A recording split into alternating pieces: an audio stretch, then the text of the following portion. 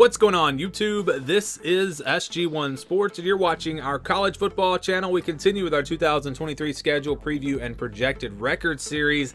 Stanford is up next. Of course, David Shaw gone, so a new era begins. And this team probably going to be in rebuild mode this year. But let's take a look at the schedule and see if it's favorable and it's going to help them out this year, or if it's going to be a tough one. They were 3-9 last year. Here is that schedule. They're going to open up on a Friday night on the road at Hawaii, and then they'll play on the road again at USC the next week on September the 9th. They'll go home for the first time against Sacramento State on September 16th. They get Arizona at home on the 23rd, and then Oregon on the 30th. So 3 straight home games after opening up with 2 road games. That's a pretty tough start to the season. You know, in the first month, you've got USC and Oregon. And Arizona could be a challenge as well, but good news is you get Hawaii and Sacramento State in there. All right, so they will get a bye week after playing Oregon, and then on a Friday night, they go on the road to play Colorado. That should be an interesting matchup there. Back home for UCLA on October 21st, and Washington on the 28th. They'll play on the road at Washington State on November 4th. Road game again, this time at Oregon State on the 11th.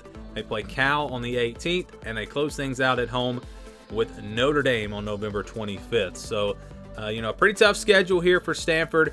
Of course, they're going to play Notre Dame in the non-conference every year. They didn't challenge themselves this year with another tough non-conference game, so that's the good news. We've seen Stanford, you know, play Notre Dame and then play another tough non-conference opponent, but this year, just Notre Dame in the non-conference. You look at their conference schedule, they're going to play Oregon, USC, Washington. You're going to play several of the top teams. No Utah, so that's some good news. You don't have to play Utah, but they do play Oregon State. And no UCLA. Well, they do play UCLA, so UCLA and Oregon State in there as well. So they're playing really 5 of the top 6 teams in the Pac-12. Utah will be the only one that they don't play. So what does the projection show us for Stanford based off of this schedule? Again, remember, 3-9 last year. This is the scale that we use. If it's a 50-50 game, that's a game where I think the spread will be less than a touchdown. Under 20, over 80, those are games where I think the spread will be 20 or more points. 20-29, 71-80, those are games where I think the spread will be double digits, 10-19 points, 30-39, 61-70. Those are games where I think the spread will be around a touchdown, 6, 7, 8 points in that range. So you got, I think, one easy win, pretty much a guaranteed win against Sacramento State. And then I think Hawaii we can put in the blue. They should be a double-digit favorite in that game. I know it's on the road, but this is a Power 5 team against a not great Group of 5 team. It's not like Hawaii is like some of those old Hawaii teams that were pretty good. Hawaii, not very good last year, so you would expect Stanford to take care of business even on the road, and they should be a double-digit favorite in that one.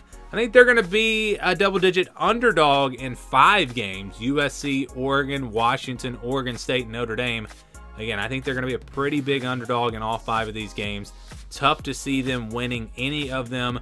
You know, Oregon State on the road is going to be tough. Oregon, Washington, USC, 3 of the top teams in the Pac-12, and then Notre Dame, of course, figures to be a top 10, top 15 team as well. So those 5 games are going to be really tough.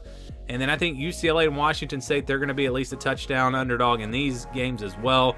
6, 7, 8 points probably. UCLA might even be double digits. We'll see how good the Bruins are. And even Washington State possibly, because that one's on the road. So at the end of the day, these might wind up being games in the orange. It really just, you know, depends on how good Stanford is and how good these other teams are. But we're just going conservative here with our very early projections. Of course, my predictions will come after spring, probably at least sometime in May. But then you got Arizona, Colorado, and Cal.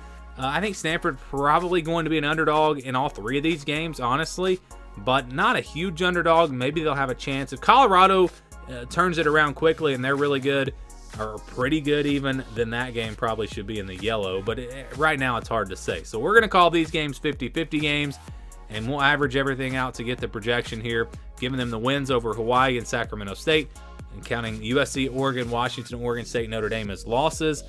We use 35% for the games in yellow and 50% for the games in the white, and you get 4-8. So a 4-8 projection for Stanford.